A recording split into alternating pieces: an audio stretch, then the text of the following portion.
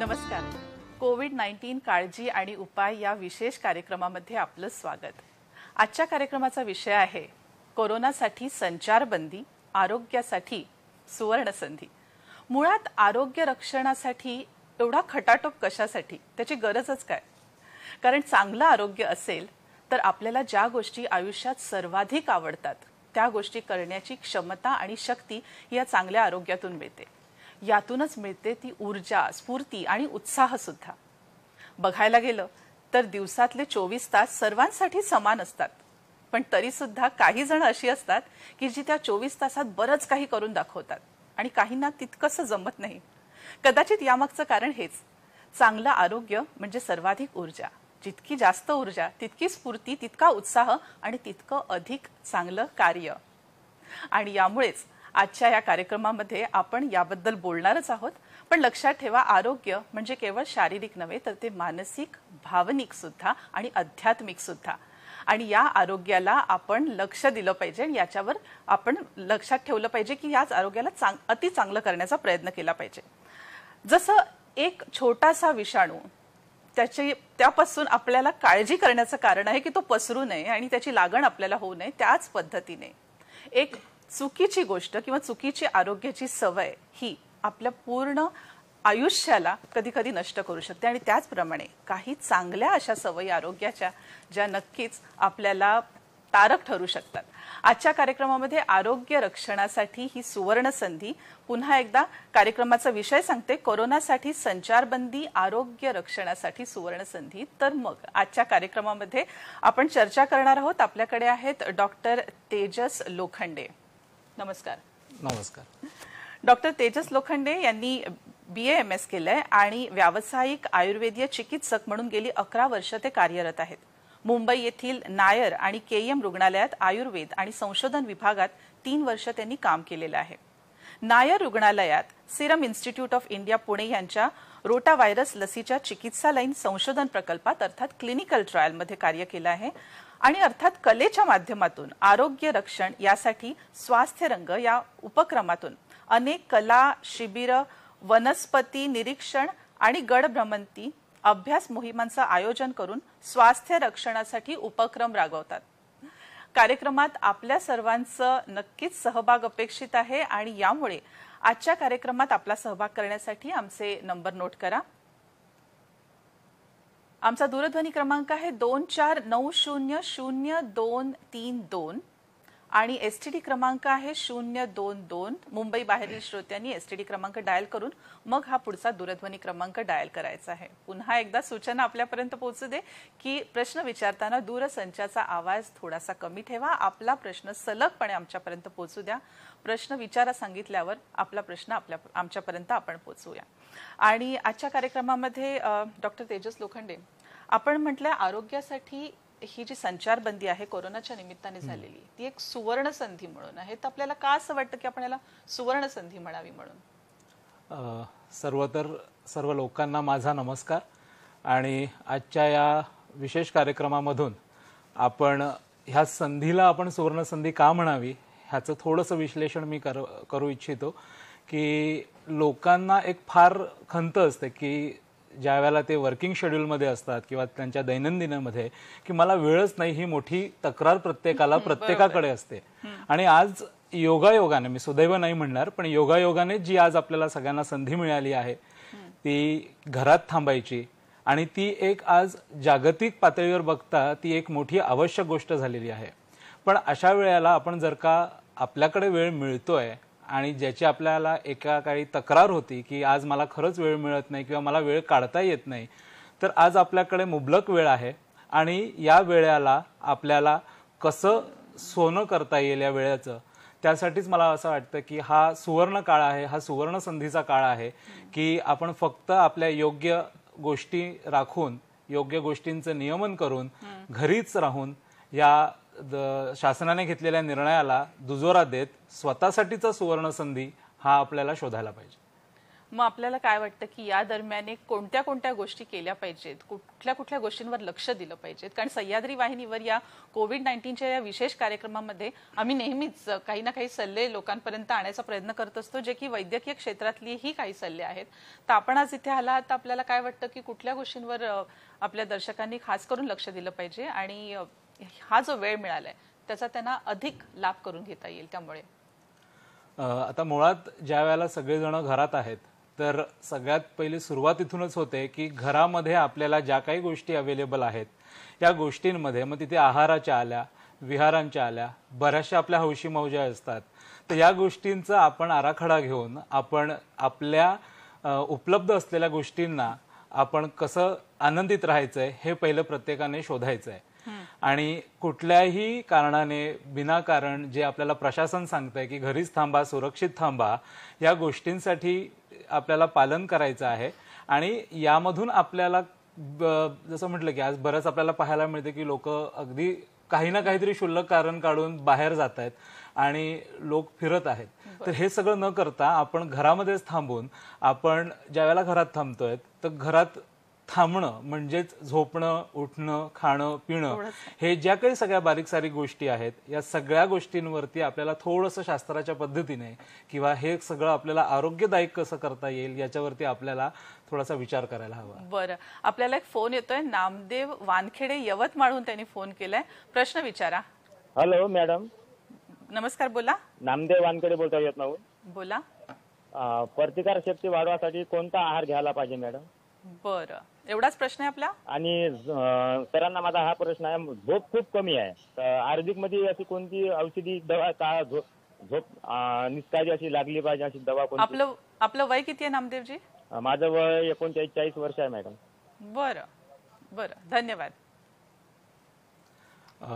प्रतिकार शक्ती वाढवण्यासाठी काय केलं पाहिजे, इम्युनिटीसाठी काय केलं पाहिजे? प्रत्येकाला वाटतं की इम्युनिटी वाढवली पाहिजे, पण ती नक्की कशी वाढवली पाहिजे? तर आहाराबद्दल आपण नक्की बोलू शकतो. त्यांनी दोन गोष्टी घेतल्या, एक तर आहार आणि झोप, त्यामुळे दोन्ही मला वाटतं पूरक आहेत. तर पहिला जो प्रश्न आहे की आहार, तर एकंदरीत आपण व्याधी प्रतिकार क्षमता वाढवण्यासाठी प्रत्येक वेळेलाच आपल्याला औषधांचीच गरज लागते असं नाहीये.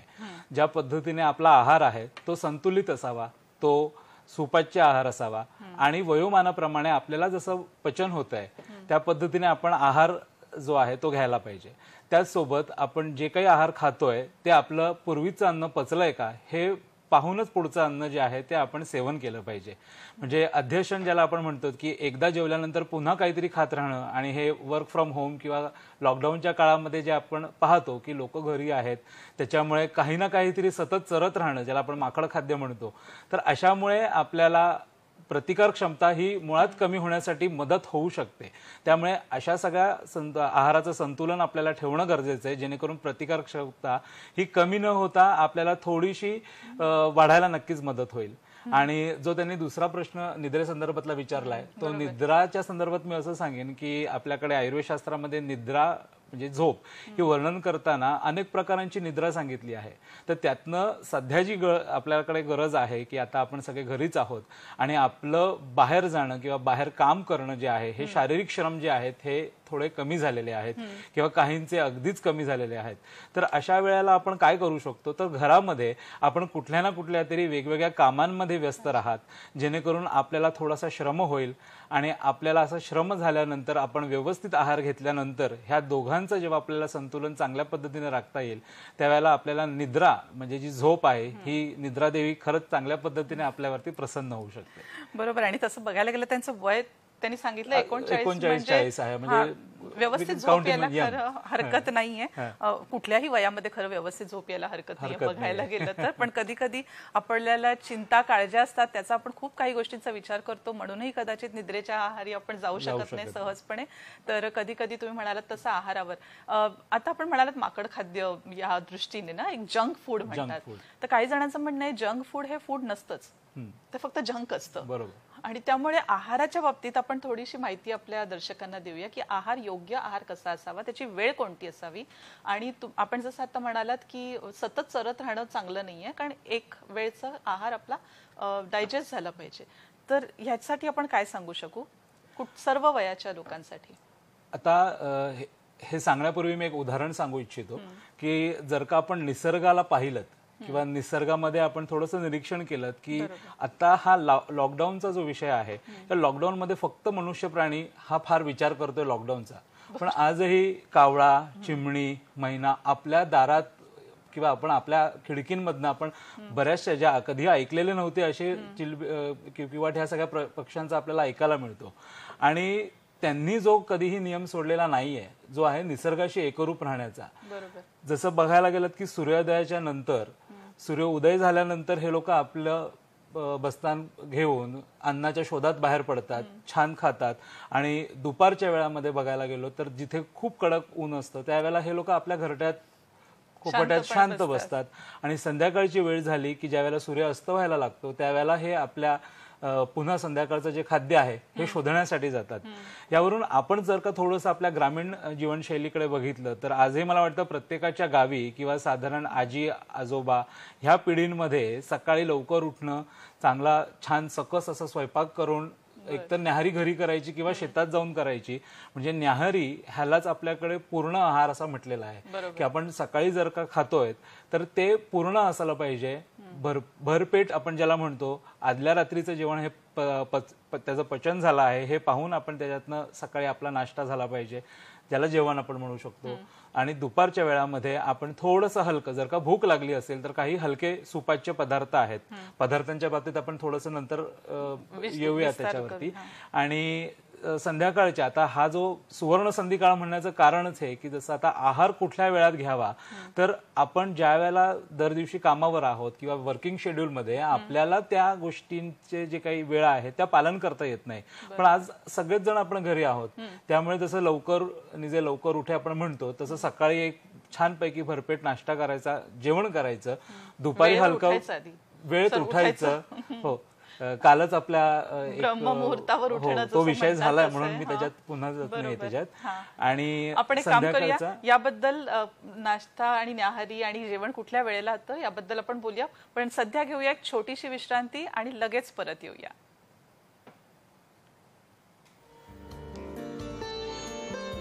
व्हॉइस ओव्हरलॅप थोडा. जिगरबाज योद्धे आम्ही सारे कोरोनाशी लढणार, जिद्द शिस्त संयमाने आम्ही देशास वाचवणार. सुरक्षा, संयम, स्वच्छतेची घेऊ हाती 3 शस्त्र. महामारीच्या विषाणूस आम्ही करू उद्ध्वस्त. दोन्ही हात, तळवे, नख आणि बोट साबणाने घासणार आम्ही दोन्ही मनगट.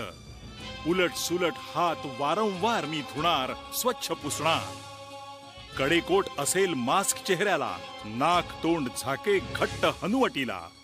मास्क माझा ना देईन दुसऱ्याला. मी नाही घराबाहेर पडणार, गरजेवेळी अंतर मी ठेवणार. गर्दी टाळणार, नियम पाळणार, आम्ही देशास वाचवणार. आम्ही करोना पुढे झुकणार नाही, जिंकल्याशिवाय हटणार नाही. दाखवून देऊ जिगरबाज महाराष्ट्र बाणा. जिद्द शिस्त संयमाने नष्ट करू कोरोना. महाराष्ट्र शासन विजयी भव.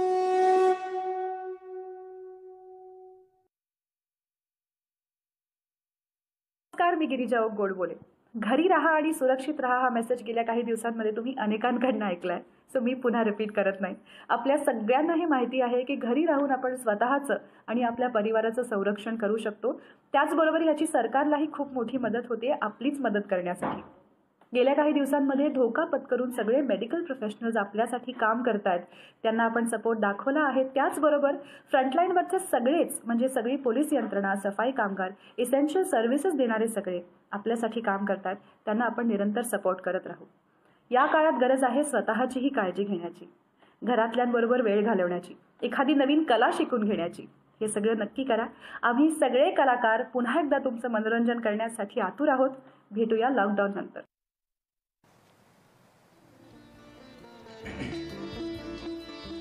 विश्रांतीनंतर आपलं पुन्हा एकदा स्वागत. आणि आरोग्यासाठी हा एक काळ सुवर्ण संधी कसा असू शकतो याबद्दल आजच्या कार्यक्रमामध्ये आपण चर्चा करत आहोत. विश्रांतीच्या दरम्यान आपल्याला एक फोन आलाय. भरत शिंदे नाशिकहून फोन केलाय त्यांनी. भरतजी, आपला प्रश्न विचारा. प्रश्न असा आहे मॅडम की आता लॉकडाऊनच्या काळामध्ये प्रत्येक जण घरात आहे, बरोबर, आणि प्राणायाम म्हणजे कुठल्या प्रकारचे प्राणायाम केले पाहिजे बरं. आणि कुठल्या प्रकारचे पेय घेतले पाहिजे की जेणेकरून इम्युनिटी पॉवर वगैरे वाढून जाईल? बर, धन्यवाद. प्राणायामाच्या संदर्भात की जसं आता त्या शब्दातच आहे की प्राण आणि आयाम. प्राण म्हणजे प्राणांचा व्यायाम, ह्याला आपण प्राणायाम म्हणतो. तर एकंदरीत आपलं वय पाहता आपण जर का त्याच्यात कुठला सराव करत असाल तर आपण नित्यनियमाने जसा अनुलोम विलोम ह्या गोष्टी करतो, पूरक आहे, कुंभक आहेत, तर आपण प्राणायाम हा नक्कीच करावा आणि निश्चित करावा, जेणेकरून आपल्या फुफ्फुसांचे जे रोग आहेत किंवा फुफ्फुसांची ताकद आहे ही वाढून आपली शारीरिक व्याधी प्रतिकारक क्षमता आहे ही आपल्याला वाढवण्यासाठी निश्चितच मदत होईल.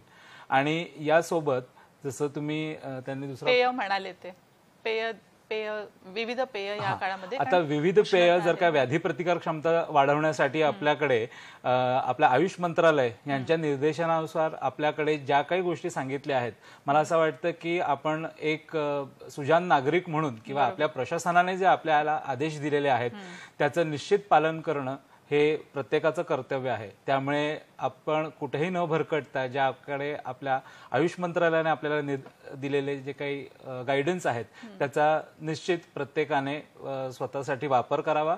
आणि गरज वाटल्यास आपल्याला काही त्रास होत असेल तर कुठलाही प्रयोग करण्याआधी आपण आपल्या जवळच्या किंवा नजीकच्या कुठल्याही वैद्यांचा सल्ला हा आवर्जून घेणं जास्त महत्त्वाचं आहे. बरोबर आहे. पण या काळामध्ये कारण पुन्हा एकदा आपण हाच विषयावर येतो की हा उष्णतेचा काळ आहे, थोडासा वेगळा सीझन आहे आता, तर कुठली पेय अवॉइड करावी किंवा घेऊ नये असं काही सांगू शकतो का आपण या दरम्यान लोकांना? हा, आता सध्याचा जर का आपण ऋतू बघितला तर जसं आपण आता वसंत ऋतूचर्या म्हणतो की आता पण जसे आता आपल्याला लक्षणं दिसत आहेत की थोडासा वसंत ऋतू आणि ग्रीष्म ऋतू सुरू झालेला आहे, की नेमकं ह्यामध्ये आपल्या शरीरामध्ये आता बाहेरच्या वाढलेल्या उष्णतामुळे बऱ्याच जणांना थोडंसं घशामध्ये खवखव होणं किंवा तोंडामध्ये पाणी सुटणं किंवा कफ जो आहे हा येणं. आता हा निसर्ग नियम आहे की जशी म्हणजे निसर्गात उष्णता वाढते त्याच पद्धतीने शरीरात जो गोठलेला कफ आहे हा थोडासा वितळतो आणि तो आपल्या मार्गांनी बाहेर येण्याचा प्रयत्न करतो. त्यामुळे आपण या काळामध्ये आपण कुठलेही थंड पेय म्हणजे आपण थंड फळांचा आस्वाद जो आहे की ज्यामध्ये कलिंगड आहे, द्राक्ष आहे, डाळिंब आहेत, अशा फळांचा जो काही आहार आहे किंवा फलांचं सेवन आहे ते नक्कीच करावं. पण फ्रीज मधलं गार पाणी पिणं आणि त्या गार पाण्यापासून निर्मित वेगवेगळे जे आपण पेय, सरबत, त्यात कोल्ड्रिंक्स जे आले की ज्यामुळे आपल्या पोटामध्ये एरेटेड ड्रिंक्स जे आहेत हे विशेषतः प्रत्येकानेच टाळले पाहिजे. बरोबर. आणि मला वाटतं आपल्याला उत्तर मिळालं असेल. आपण थोड्या वेळापूर्वी आहाराची वेळ याबद्दल बोलत होतो आणि तुम्ही म्हणाला तसं न्याहारी म्हणजे एक पद्धतीने पूर्ण जेवणच असल्यासारखं असतं, तर याबद्दल आपण थोडं पुढे सांगूया. ह्या काळाला सुवर्ण संधी करण्यासाठी आपण प्रत्येक जण काय प्रयत्न करू शकतो की आपण सकाळी लवकर उठून आपलं नित्यनियम जे आहेत ते सगळं आंघोळ वगैरे आवरून छानपैकी मस्त भोजन असं ते सकाळचं जेवण करायचं, नाश्ता करायचा आणि दुपारच्या वेळात जर का गरज लागली किंवा भूक लागलीच तर काहीतरी हलकं फुलकं जसं आपण पराठे आहेत किंवा घावणे आहेत किंवा अगदी एखादी पातळ खिचडी किंवा अगदी तेवढी भूक नसेल तर थोडंसं ताक अशा पद्धतीने पेय किंवा फळा आहार आपण थोडासा मधल्या वेळात जो आहे तो दुपारच्या या उष्ण काळामध्ये आपण घेऊ शकतो. आणि संध्याकाळी आता हे जे मेट्रोपॉलिटन सिटीज आहेत आपल्या की ज्याच्यामध्ये मुंबई आहे, पुणे आहे आणि त्यासोबत ग्रामीण भागामध्ये पण सूर्यास्ताच्या आधी किंवा सूर्यास्ताच्या जवळपास आपण रात्रीचा जे आहार आहे हा त्यावेळेला घेतलात तर आपल्याला उशिरा जेवण झाल्यानंतरचे होणारे बरेचसे विकार हे दूर ठेवता येतील. आणि नक्कीच लवकर जेवल्यानंतर आपल्याकडे खूप सारा वेळ आहे जो स्वतःसाठी आपल्याला वेगवेगळ्या गोष्टींसाठी वापरता येईल. आणि त्याच्यामुळे अशा पद्धतीने आपण आहाराच्या वेळांचं नियोजन केलंच तर नक्कीच आपण घेतलेला आहार हा खूप छान पद्धतीने म्हणजे त्याचं पचन होईल. पचन झाल्यानंतर थोडंसं शास्त्रामध्ये पुढे जाऊन त्याच्यातलं धातू परिपोषण जे आहे हे चांगलं होईल आणि आपल्या शरीरातले सर्वच धातू हे चांगल्या पद्धतीचे, चांगल्या क्वालिटीचे निर्माण करायला ही आहाराची जी वेळ नियोजन आहे ही आपल्याला नक्कीच सगळ्यांना मदत करेल. बरोबर. काही जणांच्या बाबतीत खास करून आता हा शहरातला प्रकार आहे की काही याबद्दलही विचार केला जाऊ शकतो, पण संध्याकाळी 5:30-6ची जी वेळ असते त्याला प्रचंड भूक लागते. म्हणजे असं असतं की समोरचा कोणी दिसेल तर त्याच्यावरही मीठ टाकून आपण खाऊ इतकी भूक लागलेली असते आणि ती वेळ नेमकी जेवणाची नसते कारण रात्रीचं जेवण थोडंसं पुढे असतं, दुपारचं जेवण केव्हाच झालेलं असतं. तर ही बरोबर वेळ आहे का खाण्याची आणि ते खाल्लं पाहिजे की काही पेय घेतलं पाहिजे? नाही, आता हे वर्क आपण जेव्हा ऑफिसमधनं वगैरे घरी येतो त्यावेळेला हा विचार केला तर आपण थोडंसं शाळेकडे जाऊया. पण शाळेतून बाहेर पडताना कसं, शाळेतून मुलं बाहेर पडायला लागली की मग ते बाहेर असलेले जे काही काउंटर्स आहेत मग तिथे ती घेण्याची एक सवय लागलेली असते आणि त्याच पद्धतीने आपण ऑफिसमधनं घरी जाताना काहीतरी खाल्लं पाहिजे. त्याचं दुसरं कारण असंही असू शकतं की बरेच जण हे ऑफिस आणि घर ह्या अंतरामध्ये खूप वेळ जाण्यासारखं असतं. त्यामुळे घरी जाऊन पुन्हा दुसऱ्या गोष्टी करणं, काम करणं, जेवण स्वयंपाक करणं आणि त्याच्यानंतर खाणं, यामुळे बाहेर ह्या ज्या काही गोष्टी खाल्ल्या जातात. आता हा मुद्दा आपण घरात राहून जर का विचार करायचा झाला तर त्याच वेळेला लोक साधारण म्हणजे आम्ही 5:30-6ला नाश्ता झाला पाहिजे किंवा चहा आहे तर चहात काहीतरी बुचकळून खायला पाहिजे. तर जसं मी मगाशीच म्हटलं की आहाराच्या योग्य वेळा हे आपल्याला स्वतःला कळल्या पाहिजेत. आपण आहार घेत असताना शरीराला स्वतःहून विचारलं पाहिजे, कारण शरीर हा स्वतः आपल्याला उत्तर देतो की आपण पुढचा आहार घ्यायचा की नाही, आधीचं खाल्लंय की नाही, ते पचलंय की नाही. आणि एक सर्वसाधारण नियम जो आपण थोडक्यात असं सांगू शकू की अगदी आपल्याला त्यातनं कळत नसेल की आपलं पचन व्यवस्थित झालंय की नाही, तर अंदाजे कमीत कमी 4 ते 4.5 तास आपण 2 जेवणांच्या मध्ये ही वेळ राखून ठेवली पाहिजे. कुठल्याही खाण्यासाठी, केवळ जेवणासाठी म्हणजे कोणत्याही 2 प्रकारच्या खाण्यामध्ये 4 ते 4.5 तासांचा अवधी गेला पाहिजे. तर तुमची पचन संस्था व्यवस्थित राहते आणि खाल्लेलं अन्न व्यवस्थित पचतं. हे सर्व वयोगटातील लोकांसाठी लागू आहे? हो, साधारण सर्वच वयोगटांसाठी. फक्त लहान मुलांसाठी कसं होतं की आता ते फार क्रिएटिव्ह असतात, फार चंचल असतात, म्हणजे इथून तिथून सैराभैरा पळत असतात. म्हणजे आताही लॉकडाऊनमध्ये मुलं इथे उड्या मार तिथे उड्या मार असं करत जर का त्यांना त्यांचं पचन चांगलं होत असेल आणि त्यांना जर का भूक लागत असेल तर ही एक खूप छान लक्षण आहे. फक्त ती भूक आहे की ती काहीतरी टाकायचं आहे तोंडात, जसं मी मगाशी माकड खाद्य म्हटलं, हे फक्त चाचपवून त्यांना काय आपण छान पद्धतीने आरोग्यदायी असं देऊ शकतो जे त्यांना, म्हणजे आता बरंचसं बाहेरचं बंद झालंय मिळायचं, तर हे एक चांगली गोष्ट आहे की यातनं आपण ह्या लहान मुलांची एक चांगली पिढी आपण त्यांना ह्या गोष्टींशी कोरिलेट करून त्यांना आपण चांगली सवय लावू शकतो. बरोबर आहे. आता हा जो काळ आहे कोविड-19चा आणि हा लॉकडाऊनचा काळ खास करून, तर या काळामध्ये सरकारच्या तर्फे खूप प्रयत्न चाललेत की जे अन्न आहे किंवा फळभाज्या आहेत, धान्य आहे, हे लोकांपर्यंत पोहोचावं, त्यांना ते व्यवस्थित मिळावं, हा पूर्णपणे प्रयत्न चालू आहे. आणि मधल्या काळातली जी सप्लाय चेन जी आहे तेही व्यवस्थित यामध्ये आपलं प्रयत्न चालू ठेवतात आणि मदत करतात. पण तरी सुद्धा काही गोष्टी सहजासहजी मिळतीलच असं नाही. तर अशा परिस्थितीमध्ये मग आपण आपला पौष्टिक आहार कसा ठेवावा, एक सकस आणि पौष्टिक आहार आपण कसा मॅनेज करावा? आता कसं आहे की आता ज्या काही गोष्टी आपल्याकडे सध्या घरात उपलब्ध आहेत, तर हा फक्त थोडासा सुगृहिणींना एक मोठा चॅलेंज असतो की त्याच गोष्टी वापरून पुन्हा पुन्हा नवीन नवीन काय काय वेगवेगळं करायचं. तर मी असं सांगेन की खाणाऱ्यांकडे एक सौंदर्याची वेगळी दृष्टी असते की त्यांना म्हणजे तोच वडा आहे, तोच पाव आहे किंवा तेच वरण आहे, तोच भात आहे, तर हे सगळं तुम्ही कसं ताटात मांडताय आणि ते कसं प्रेझेंटेबल करताय. तर थोडक्यात त्याच्यावर सांगायचं झालं की अगदी गव्हाचं पीठ आहे, तर ह्या गव्हाचं पीठ आपण फक्त ते कणिक म्हणून चपाती करू शकतो का? तर त्याच्यामध्ये जर का आपण थोडंसं पातळ त्याला केलं किंवा गुळाचं पाणी करून त्याच्यात जर का गव्हाची कणिक टाकली तर आपण गुळाचे पोळे काढू शकतो. त्यातच थोडंसं म्हणजे समजा वाटीभर आपण गव्हाचं पीठ घेतलं आणि त्यात एक पाव वाटी रवा टाकून त्याच्यामध्ये ओवा, जिरा असं या सगळ्या गोष्टी टाकून, म्हणजे हे सुगृहिणींना थोडक्यात कळत असावं मी काय म्हणतोय, की थोडंसं फॉर्म्युलेशन त्याचे चेंज केले तर आपण त्या एकाच बेसिक पदार्थापासून नवनवीन क्रिएटिव्ह पदार्थ करू शकतो.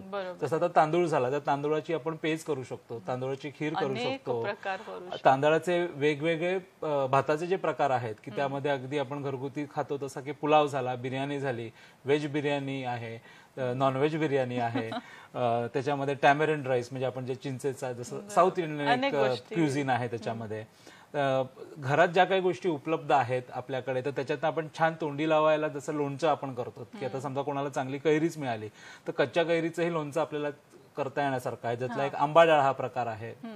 त्याच्यामध्ये घरात नुसतेच जर का काळे मनुके असतील आणि समजा चिंच लागलीच तुमच्या घरात कुठे डब्यात मिळालीच तर ह्या दोन्ही गोष्टी मिळून थोडा वेळ ते भिजवून ठेवून त्याला आपण मिक्सरमधून त्याचा पल्प काढून त्याच्या चवीपुरतं जसं मीठ आहे, ओवा पावडर जिरा पावडर आहे, ह्या सगळ्या गोष्टींनी आपण जसं चवीप्रमाणे आपल्याला तिखट हवा आहे, गोड हवा आहे, अशा पद्धतीने व्हेरिएशन्स करू शकतो.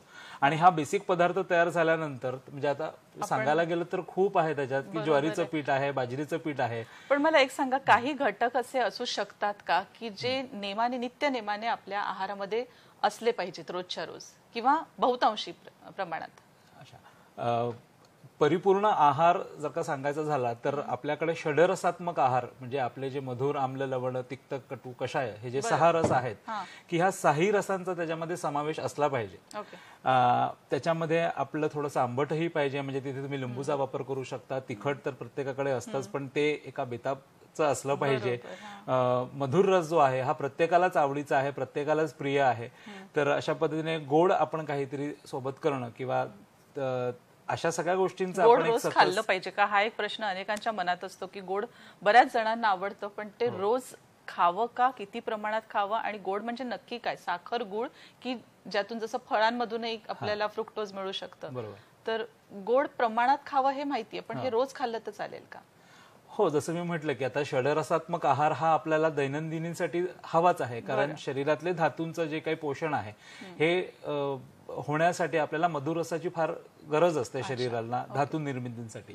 फक्त जसं तुम्ही म्हणालात की कोणी किती खावं, आता हा एक थोडा वैयक्तिक प्रश्न होतो की ज्याच्यामध्ये अनेक रुग्ण असतील की ज्यांना डायबिटीजचा त्रास आहे किंवा साखरेचे विकार आहेत, तर अशा व्यक्तींनी नक्कीच त्यांच्या वैद्यकीय सल्ला घेऊनच किंवा त्यांना जे काही दिलेले डायरेक्शन्स आहेत त्यांच्या डॉक्टरांनी ह्याचं तर काटेकोरपणे पालन झालंच पाहिजे.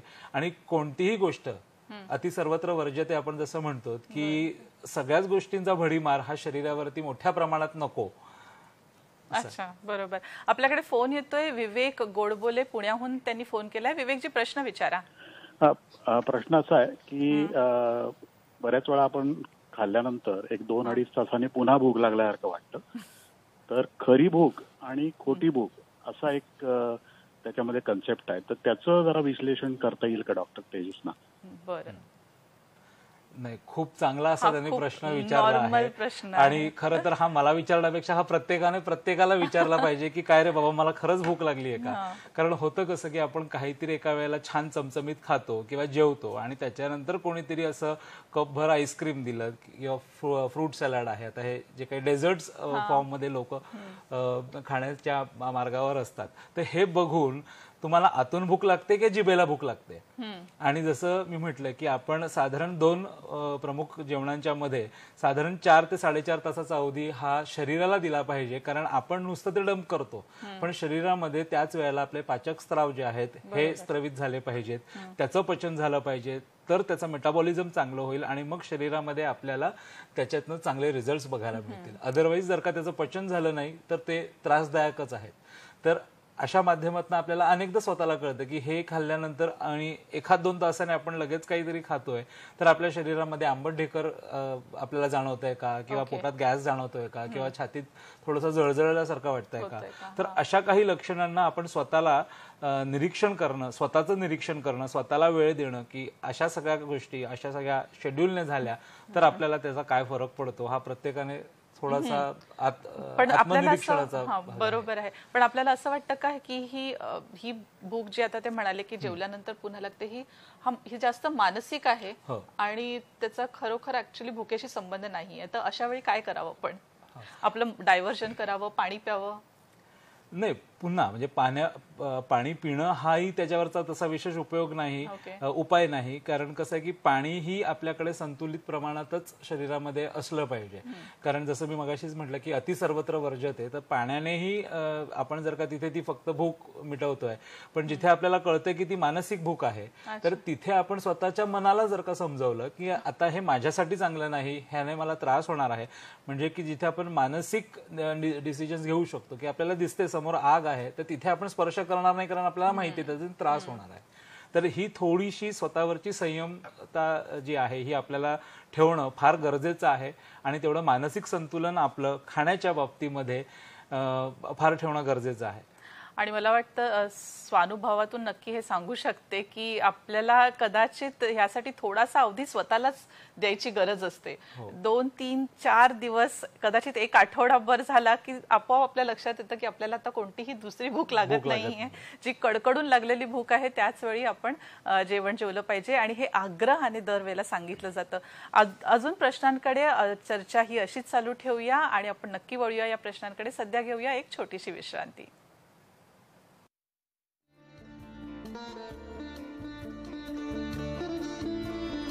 कोरोना व्हायरस रोखण्यासाठी प्रतिबंधात्मक उपाय.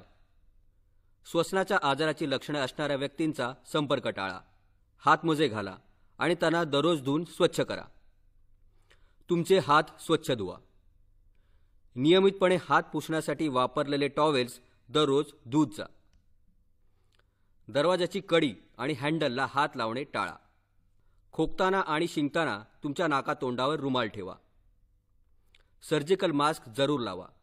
ते जरी इतके प्रभावी नसले तरी ते वापरा आणि रोज न विसरता स्वच्छ धुवा. पूर्णपणे शिजलेले जेवण खा. कोरोना व्हायरसची लक्षणे: नाक वाहणे, डोकेदुखी, खोकला, घसा खवखवणे आणि ताप.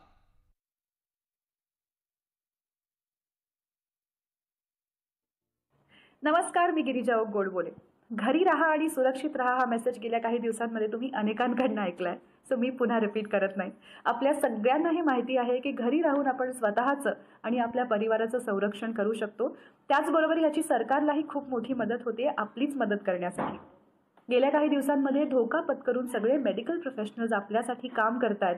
त्यांना आपण सपोर्ट दाखवला आहे. त्याचबरोबर फ्रंटलाईनवरचे सगळेच म्हणजे सगळी पोलीस यंत्रणा, सफाई कामगार, इसेन्शियल सर्व्हिसेस देणारे सगळे आपल्यासाठी काम करतात. त्यांना आपण निरंतर सपोर्ट करत राहू. या काळात गरज आहे स्वतःचीही काळजी घेण्याची, घरातल्यांबरोबर वेळ घालवण्याची, एखादी नवीन कला शिकून घेण्याची. हे सगळं नक्की करा. आम्ही सगळे कलाकार पुन्हा एकदा तुमचं मनोरंजन करण्यासाठी आतुर आहोत. भेटूया लॉकडाऊन नंतर.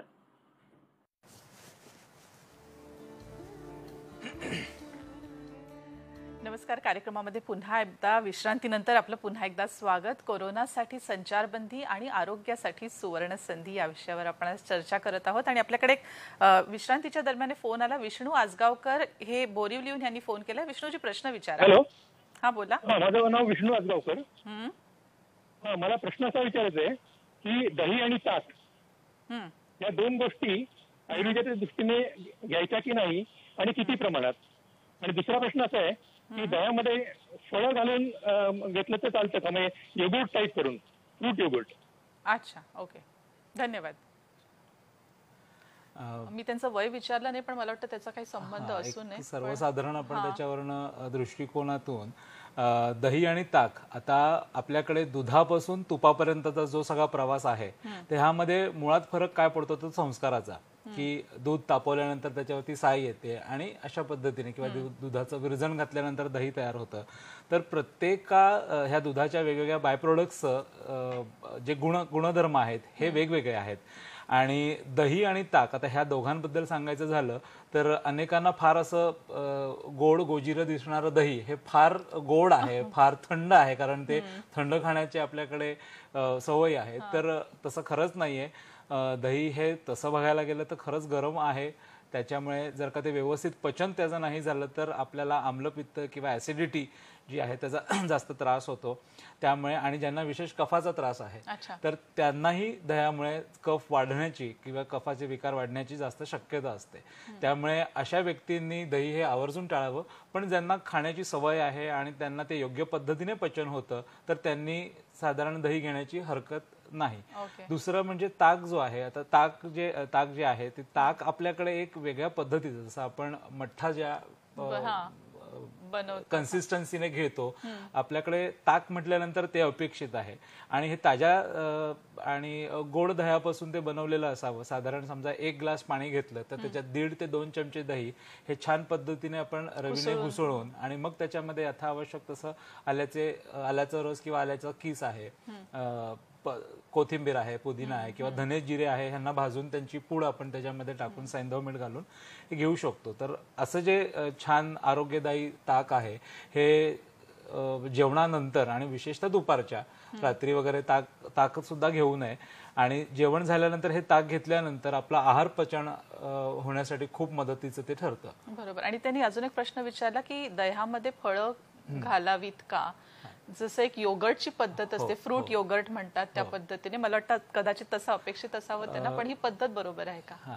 नाही, याच अनुषंगाने मी त्यांना एक थोडंसं वेगळं उत्तर असं देईन की आपल्याकडे जो विरुद्ध योग सांगितला आहे किंवा विरुद्ध आहार सांगितला आहे त्यातनं हे घटक असे काही आहेत की ज्या दोन गोष्टी तशा बघायला गेल्या तर ते चांगल्या आहेत, पण दोघांचा एकमेकांशी संपर्क आला किंवा एकमेकांच्या योगाने ते आपण वापर त्याचा केला तर निश्चित त्याचा आपल्याला शरीरावरती हानिकारक परिणाम किंवा आरोग्यदायी नाही आपण असं थोडक्यात ते म्हणूया. त्यामुळे जसं आता दह्याबाबतीत त्यांनी विचारलं तर मी एक साधारण 3 गोष्टी सांगतो की दूध आहे, मीठ आहे आणि फळं आहेत. ह्या तिघांचं कुठल्याही पद्धतीने परस्पर कॉम्बिनेशन करून खाऊ नये. दूध, फळं आणि म्हणजे दूध आणि फळ. आता ह्याचं एक उत्तम उदाहरण म्हणजे फ्रूट सॅलड. आणि आता येत्या काळामध्ये पण आपल्याकडे आता आंबे मार्केटमध्ये यायला लागले, लोकांना मिळत आहेत ते. तर कुठल्याही पद्धतीचा आंबा जो आहे त्याचा आमरस करताना हा चांगला फक्त थोडासा पाणी घालून त्याच्यामध्ये चांगला तो कुस्करून करावा. फळ आणि दूध, कुठलंही फळ आणि दूध हे एकत्र घेणं टाळावं. दूध आणि मीठ, म्हणजे आता दूध आणि मीठ हे एक विरुद्ध संयोग आहे. आता दुधात मीठ कोण टाकतं, पण अनेकांना थोडासा आश्चर्याचा असा धक्का बसेल की मी जर का म्हटलं तर सकाळी आपण जो चहा घेतो, संध्याकाळी जो चहा घेतो त्या चहामध्ये दूध असतं आणि त्याच्यात बुचकळणाऱ्या प्रत्येक पदार्थामध्ये तितकंच मीठ असतं. मग ती चहा चपाती असू देत, क्रॅकजॅक असू देत किंवा कुठलंही खारी मारी टोस्ट, हे ज्या सगळ्या गोष्टी आहेत त्या त्याच्यामध्ये आपल्याला पाहायला मिळतात. आणि तिसरा संयोग ह्यातनं जो होणारा की फळं आणि मीठ, फळांवरती मीठ टाकून खाणं हे तसं बघायला गेलं तर हेही एक विरुद्ध आहार आहे. पण हे सैंधव मीठ असलं तरी सुद्धा सैंधव मीठ आपल्याला अगदी अल्प प्रमाणामध्ये वापरायला हरकत नाही, पण ज्या पद्धतीने फळं जी आहेत त्यांचा जो आपल्याला आस्वाद आहे किंवा त्याच्याने म्हणजे फळं खाल्ल्यानंतर आपल्या शरीराला जी लगेच तरतरी येते, रस धातू जो आहे शरीराचं त्याचं परिपोषण होतं, ह्या गोष्टींसाठी आपण फळं जी आहे ती अशीच ताजी कुठलाही पदार्थ त्यावरती न टाकता विशेषतः घेतलेलं जास्त बरं. त्यांच्या प्रश्नाचं आपण उत्तर एक शेवटचा एक पॉइंट घेऊन सांगूया की त्यांनी विचारलं की दिवसातून किती वेळा तर दही ताक हे किती वेळा घेऊ शकतो. म्हटलं ना की आहाराच्या बाबतीतही आपल्याला कुठला पदार्थ किती वेळा खायचा आहे हा पहिली गोष्ट, आपल्याला आहाराच्या वेळा आपल्या ज्या आहेत त्या ठरल्या असल्या पाहिजेत. आणि दुसरी गोष्ट जसं मी म्हटलं की दही हे उष्ण जरी असलं तरी ते पचायला जड आहे, अभिषंधी आहे, म्हणजे शरीरामध्ये चिकटून राहणार आहे. त्याच्यामुळे त्याचा वारंवार उपयोग होणार नाही ह्याचा एक आरोग्यदायी विचार सगळ्यांनीच केला पाहिजे. आणि ताक जसं मी म्हटलं की ताक आपण दुपारच्या जेवणानंतर घेतलं त्याचा जास्त चांगले परिणाम आपल्याला दिसतात. बरं, आता आपण आहाराबद्दल बोललोय, आता थोडंसं शारीरिक व्यायामाबद्दलही बोलूया. मगाशी एक प्रश्न होता ज्यामध्ये त्यांनी प्राणायाम बद्दल विचारलं होतं, पण ओव्हरऑल वर्जिश जशी म्हणतात, कसरत जी म्हणतात, जी सध्याच्या काळामध्ये हा एक प्रश्न वारंवार येतोय की पूर्ण होऊ शकत नाहीये, तर त्याबद्दल आपण थोडंसं की व्यायाम कोणी किती करावा. आता लोकांचं कसं झालंय की आम्ही खातोय पण ते जिरवायचं कसं. आता ज्या वेळेला आपण दैनंदिनी आपल्या कामामध्ये व्यस्त असतो त्यावेळेला आपली शारीरिक हालचाल होत असते, त्याच्यात मानसिक विचार होत असतात आणि ह्या सगळ्या गोष्टींमुळे आपल्या एक शरीराला फिजिकल एक्झर्शन जी आहे त्याची सवय पडते. पण खरं सांगायला गेलं तर ते आपण बघितलं तर ते एक्झर्शन असतं आणि ती एक्सरसाइज नसते. त्यामुळे आत्ताच्या काळामध्ये आपण घरी जर का आहोत, आपण घरीच थांबून आपल्याला आपल्या वयोमानाप्रमाणे आपण सवयीप्रमाणे की जर का आपल्याला व्यायामाची सवय आहे का किंवा आपण व्यायाम करत होतो का हे बघून आपण स्वतः निर्णय घेतला पाहिजे की आपल्याला कुठला व्यायाम करायचा आहे. आणि कुठला व्यायाम करताना जसं की आता एक तरुण वर्ग आहे किंवा त्याच्यावरचा जर का आपण वृद्ध वर्ग बघितला तर अनेकांना कदाचित सांध्यांचे प्रॉब्लेम्स आहेत, संधिवात आहे, असे वेगवेगळे विकार असू शकतात. तर त्यांनी कुठलाही अट्टहास न करता की आता मी घरी आहे आणि मला वजनच कमी करायचंय म्हणून मी खूप काहीतरी एक्स्ट्रा केलं पाहिजे. म्हणजे शरीरामध्ये आपण जे काही निर्माण करतो आहोत त्याचे म्हणजे डायजेशन होणं आणि योग्य पद्धतीने त्याचं डायजेशन होणं आणि त्याचंच परिणमन आहे हे व्यायामाच्या माध्यमातून आपण प्रत्येकाच्या वयोमानाप्रमाणे आणि ज्यांना जर का कोणी विकार असेल तर त्यांनी त्यांच्या वैद्यांच्या सल्ल्याने, कारण कसं आहे की सांधेवात आहेत तर त्यांनी कुठलंही आसन आणि ह्या सगळ्या गोष्टी करताना त्यांचा त्रास वाढणार नाही याकडे त्यांचा विशेष कल असला पाहिजे. बरोबर. आता सध्या वर्क फ्रॉम होमच्या दरम्याने कामाकडे तर लक्ष आहेच, पण त्याचबरोबर कधी कधी डेस्कटॉप समोर आहे, लॅपटॉप आहे, कधी मोबाईलवर आहेत आणि यामुळे अनेकांना पाठदुखीचाही त्रास जाणवतोय, जो कदाचित केवळ वर्क फ्रॉम होम पासून सुरू झालेला नाहीये. त्याची सुरुवात आधी झालेली आहे, पण या लॉकडाऊनच्या काळामध्ये त्यांना अधिक ते जाणवायला लागले आहे. तर त्याबद्दल काही उपाय आपण सांगू शकू? आपण व्यायामाबद्दलच बोलतोय त्यामुळे. आता जसं मी म्हटलं की आता त्या व्यायाम प्रकारांमध्ये आपण सर्व शरीराला एक चालना मिळेल अशा पद्धतीने एक सूर्यनमस्कार आहे, जो सर्वांनी जर का त्याचा प्रॅक्टिस जर का केली आणि ते हळूवार पद्धतीने आपल्याला जसं अंगी वळण पडेल त्या पद्धतीने त्याचे आवर्तन करणं ही फार उपयोगाचं आहे. की तो एक सर्वांगीण आपला शरीराला मिळणारा असा व्यायाम प्रकार आहे. आणि वर्क फ्रॉम होम म्हणताना आपण जर का एकाच जागी बसून काम करत आहोत तर आपलं शरीराचं पोश्चर हे काय आहे हे आपल्याला प्रत्येकाला ध्यानी ठेवणं फार गरजेचं आहे. कारण ज्या वेळेला आपण ऑफिस ॲम्बियन्स मध्ये असतो तर त्या ऑफिसमध्ये आपण एका विशिष्ट चेअरवरती, एका विशिष्ट उंचीच्या टेबलवरती अशा पद्धतीने आपण बसलेलो असतो. तर शारीरिक व्याधी होणार नाही याच्यासाठी आपण अशाच पद्धतीने घरीही आपण एखाद्या टेबल खुर्चीवरती बसून किंवा मग विनाकारण उगाचच गादीवरती लोळत तो लॅपटॉप पोटावरती घ्यायचा आणि मग तो दिसत नाही म्हणून मग आपण डोळे वर खाली करायचे, अशा पद्धतीने कुठेही शारीरिक इंद्रिय जी आहेत त्याच्यावरती ताण येणार नाही हे बघायचं. आणि घरी काम करत असताना आपण साधारण पाऊण एक तासाने थोडासा ब्रेक घेणं फार गरजेचं आहे. की एकाच जागी सतत शरीराला बसवून ठेवणं, आणि अशा वेळेला होतं कसं की आपण काम करत असताना बऱ्याचदा आपल्याला मल मूत्र यांचे वेग आलेले असतात, पण ते काम करत असताना आपण त्याच्याकडे दुर्लक्ष करतो. तर आपल्या शास्त्रामध्येही सांगितलेलं आहे की कुठलंही वेग जे आहे ते त्याचं विधारण करू नये.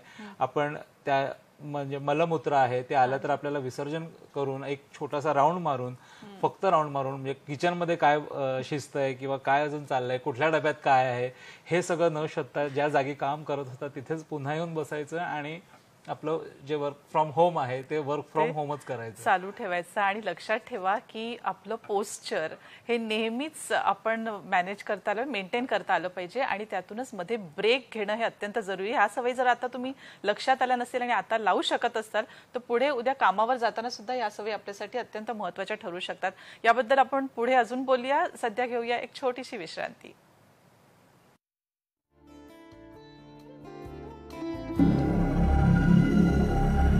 जिगरबाज योद्धे आम्ही सारे कोरोनाशी लढणार, जिद्द शिस्त संयमाने आम्ही देशास वाचवणार. सुरक्षा, संयम, स्वच्छतेची घेऊ हाती 3 शस्त्र. महामारीच्या विषाणूस आम्ही करू उद्ध्वस्त. दोन्ही हात, तळवे, नख आणि बोट साबणाने घासणार आम्ही दोन्ही मनगट. उलट सुलट हात वारंवार मी धुणार, स्वच्छ पुसणार. कडेकोट असेल मास्क चेहऱ्याला, नाक तोंड झाके घट्ट हनुवटीला. मास्क माझा ना देईन दुसऱ्याला. मी नाही घराबाहेर पडणार, गरजेवेळी अंतर मी ठेवणार. गर्दी टाळणार, नियम पाळणार, आम्ही देशास वाचवणार. आम्ही कोरोनापुढे झुकणार नाही, जिंकल्याशिवाय हटणार नाही. दाखवून देऊ जिगरबाज महाराष्ट्र बाणा. जिद्द शिस्त संयमाने नष्ट करू कोरोना. महाराष्ट्र शासन विजयी भव.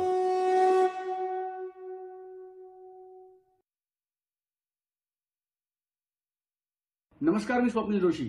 सेल्फ क्वारंटीन मध्ये आहात, लॉकडाऊन पिरियड मध्ये आहात, आपल्या घरात आहात, थोडेसे कंटाळलेले आहात, पण हीच वेळ आहे कंटाळा न करण्याची. सरकारने जे नियम आखून दिलेत त्या नियमांचं पुरेपूर पालन करण्याची. कृपा करून घराबाहेर पडू नका. दिवसातनं 3 ते 4 वेळा किमान आपले हात 20 ते 25 सेकंदासाठी स्वच्छ धुवत जा. होता होईस तो आपले हात, आपला चेहरा, नाक, कान, डोळे ह्याला लावू नका. शिंकताना किंवा खोकताना टिश्यू पेपरचा वापर करा आणि नंतर तो टिश्यू पेपर डस्टबिनमध्ये फेकून द्या. 10 वर्षाखालील आणि 60 वर्षावरील जी मुलं आपल्या घरी आहेत, जे तरुण आपल्या घरी आहेत, त्यांची विशेष काळजी घ्या. कारण या रोगाचं संक्रमण त्यांना लवकर होण्याची शक्यता आहे. सुरक्षित राहा, घरात राहा आणि एकत्रितपणे आपण कोरोनावर मात करणार आहोतच. जय हिंद.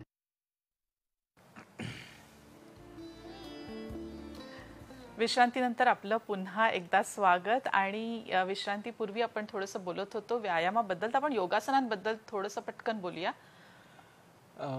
मला असं सांगावं असं वाटेल की योगासनं म्हटली की लोक जे आहेत ही आसनांकडेच डायरेक्ट वळतात की कुठली आसनं आहेत आणि हे मला काय करता येईल त्यातनं. पण खरं सांगायचं गेलं तर योग ह्या शब्दाची उत्पत्तीच खूप मोठी आहे की आपल्याकडे अष्टांग योग जो सांगितला आहे आणि त्यामध्ये प्राणायाम जो आहे हा 3ऱ्या क्रमांकावरती, आसन जे आहेत हे 3ऱ्या क्रमांकावर. त्याच्या आधीचं जे आहे ते यम नियम. आता ह्याचा अर्थ काय, तर यम म्हणजे संयम, मनाचा संयम हा स्वतःवरती असला पाहिजे. काही आपल्याकडे स्वतःला लावलेले नियम असले पाहिजेत. ह्या दोघांचा ज्या वेळेला संतुलन आपण राखतो त्याच्या पुढे आपण जातो तो आसन करण्यासाठी आणि मग त्याच्या पुढची क्रिया आहे ती प्राणायाम. आता संयम आणि नियम ह्याच्यातनं मला एवढंच सांगायचं आहे की आपण फक्त स्वतःच्या शरीरासाठी आसन करून किंवा प्राणायाम करून तेवढ्या मोजक्या वेळामध्ये आपल्याला खरंच आरोग्य मिळणार आहे का? कारण जसं आपण योग म्हणतो की त्याची व्याख्या जशी आहे की चित्तवृत्ती निरोध, की आपले जे मनाच्या विषयांमध्ये वेगवेगळ्या वृत्त्या आहेत यांचं त्याग करणं म्हणजे योग. आता संयम म्हणजे काय, की त्याच्यामध्ये सांगितलेले जे प्रकार आहेत की अहिंसा, या अहिंसाचं आपण पालन केलं पाहिजे. आता बऱ्याचदा आपण ह्या कोरोनाच्या प्रादुर्भावात पाहतोय सगळेच की लोक थोडेसे पॅनिक होत आहेत, पोलीस प्रशासनावरती आहेत, डॉक्टरांवरती हिंसात्मक ऍक्शन्स होत आहेत, बऱ्याचशा चोरीच्या काही आपल्याकडे माहिती त्यातनं मिळतात की ही दुकानं फुटली, ते दुकानांमधून चोरी झाली. तर आणि बरंचसं आता घरी बसल्या बसल्या लोकांकडे काय आहे तर अनेक सोशल माध्यम आहेत की ज्यातनं मेसेजेस येत आहेत, व्हिडिओज येत आहेत आणि आपल्याला माहिती नाही की ते खरंच सत्य आहे का. तर असत्याला पोषण न देता किंवा असत्याचा विचार, म्हणजे सत्य असत्य हे आपल्याला कळलं पाहिजे. म्हणजे इथून सुरुवात होते योगासनांची. म्हणजे हे झालं. त्याच्यानंतर आपण बोलूया. नितीन दिवटे यांचा फोन आहे. नितीनजी प्रश्न विचारा. हॅलो, बोला. मॅम, माझा असा प्रश्न आहे की सध्या लॉकडाऊन आहे तर ऍसिडिटीचं प्रमाण हे जास्तच वाढलंय माझं. तर यासाठी आयुर्वेदिक काही उपचार आहेत का, घरगुती काही? आपला प्रश्न नीट मला कळला नाही, पुन्हा व्यवस्थित विचारा. आता सध्या लॉकडाऊन आहे तर घरीच बसून आहे, त्याच्यामुळे ऍसिडिटी आहे ना जास्त झाली. बरं, त्याच्यामुळे आयुर्वेदिक काही म्हणजे उपचार काही करता येईल? उपचार करू शकतो. बरं, ठीक आहे.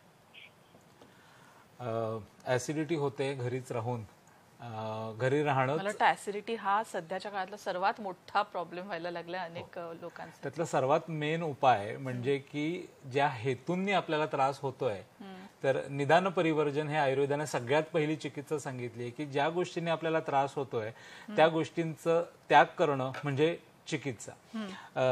आता एकंदरीत त्यांच्या आपल्याला शेड्यूल पूर्ण माहिती नाही किंवा त्यांना तो त्रास कुठल्या विशेष काही खाण्यातून होतोय का किंवा वेळेंचं पालन नीट होत नाहीये का. तर एक सर्वसाधारण मी एवढंच सांगेन, जसं मगाशी सांगितलं होतं की आपण आपल्या आहारांच्या वेळांचं जे आहे ते नियोजन करा. आपण जे पदार्थ घेत आहेत ते सध्याच्या काळामध्ये आपल्याला व्यवस्थित पचतायत याची काळजी घ्या. ते फार गरम, उष्ण, तिखट हे जे पदार्थ आहेत, आंबवलेले पदार्थ आहेत, ह्या सगळ्या गोष्टींचा त्याग करा. थंड पाणी फ्रीज मधलं वगैरे आपण पित असाल किंवा जेवणानंतर आपण काही त्याच्यावरती पुन्हा पुन्हा खात असाल तर ह्या गोष्टी आवर्जून टाळा.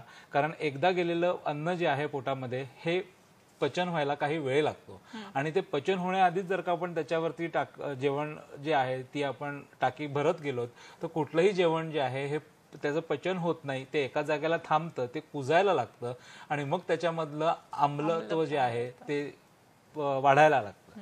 त्यामुळे निश्चित तुम्ही थोडंसं स्व आत्मनिरीक्षण करून त्याच्यातनं आपल्याला कुठल्या गोष्टी आहारामध्ये बदलायला हव्यात, विहारात बदलायला हव्यात, ह्या गोष्टी आपण केल्या तर नक्कीच आपल्याला. पण काही आपण इमिजिएटली काही चोरणं किंवा असं काही सांगू शकतो का की ऍसिडिटी झाल्या काही घेतलं तर बरं वाटेल त्यांना, असं काही शक्य आहे का? नाही, मी तेच म्हटलं की आता ऍसिडिटी आपण जर का विचार केला तर हा खूप मोठा एक विषय होऊ शकतो की त्यातलं जे वाढलेलं पित्त आहे, आम्ल रसाचं पित्त आहे, हे कशा पद्धतीने वाढतं आहे. म्हणून म्हटलं की जर का आपलं नित्य नियम आणि सेवन जर का आपण रेग्युलरेट, कारण बऱ्याच जणांना दही रोज खाण्याची सवय असते किंवा बऱ्याच जणांना जेवणानंतर खूप पाणी पिण्याची सवय असते.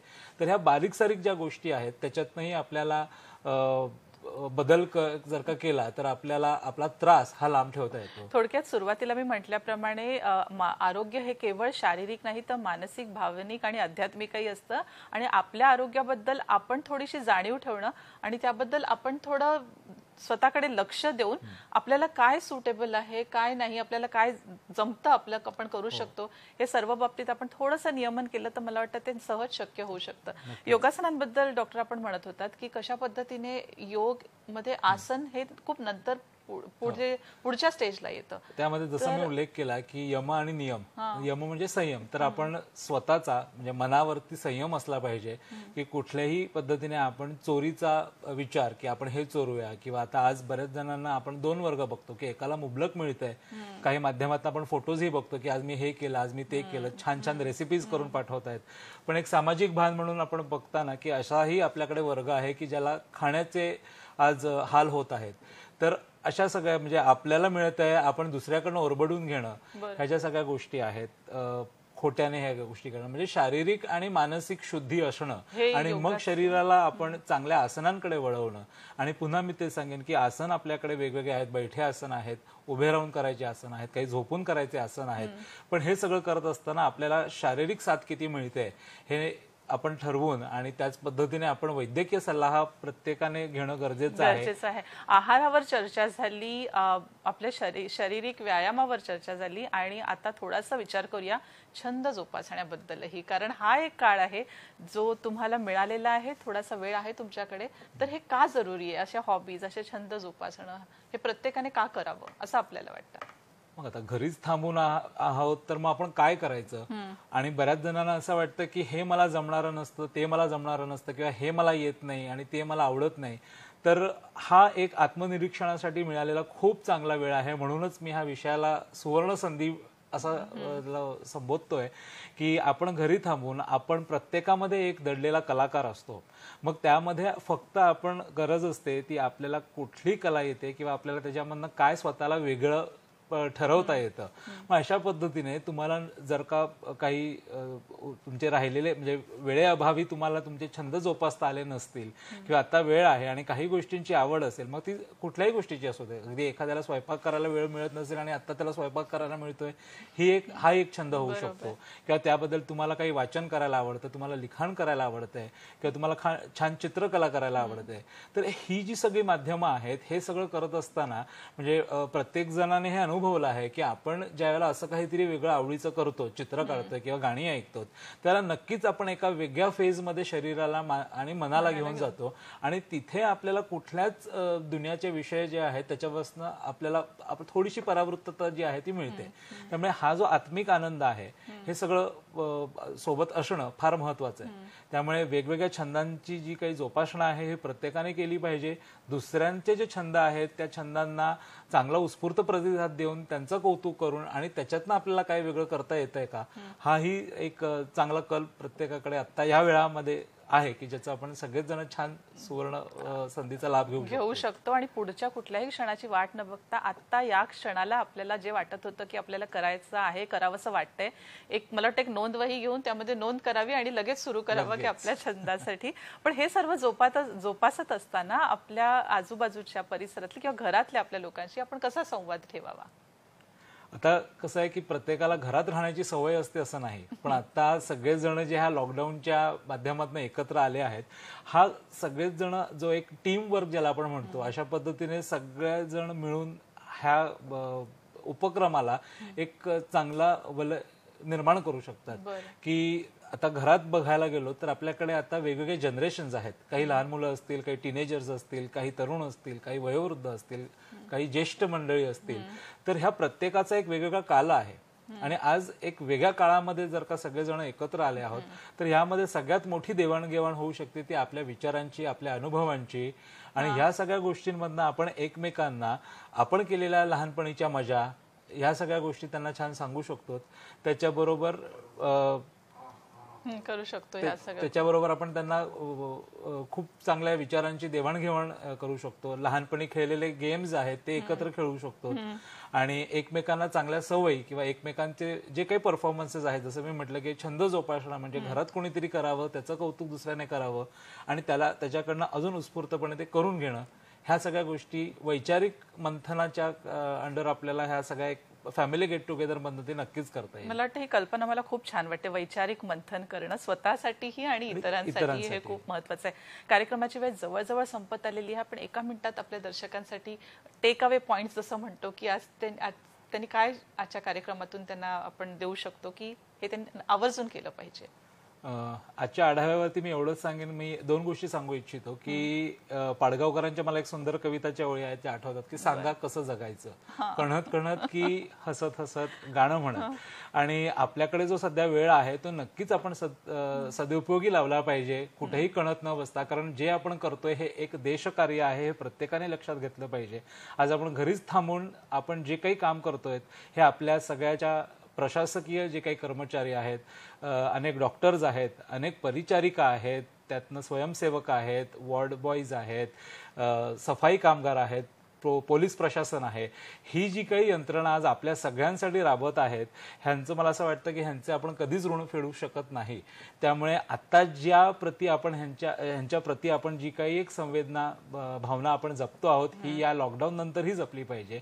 आणि एक मात्र की जे काही आपण या कोरोनाच्या या विळख्यातनं शिकत आहोत, ज्या काही गोष्टी आपल्याला निसर्गाने दाखवल्या आहेत की सगळं थांबतंय पण निसर्ग आजही तसाच फुलतोय, तसाच बहरतोय, तर उद्या ज्या वेळेला हा लॉकडाऊन संपेल आणि आपण एक वेगळ्या विश्वामध्ये जिथे आपणच कमी केलेला हा प्रदूषण आहे, आपणच एकंदरीत हा चांगला सुदिवस आपण निर्माण करतो आहोत, तो छान पद्धतीने आपण प्रत्येकाने जगला पाहिजे आणि छान उमेदाने निर्भीडपणे या परिस्थितीला आपण सामोरे जाऊन कुठेही त्याच्या नैराश्याच्या दबावाखाली न येता आपण एक चांगल्या उद्याची वाट ही नक्कीच सगळ्या बघू शकतो. ज्या पद्धतीने निसर्ग आज फुलतो आहे, चांगली आपल्याकडे बघतोय, त्याच पद्धतीने आपल्याला करू शकतो.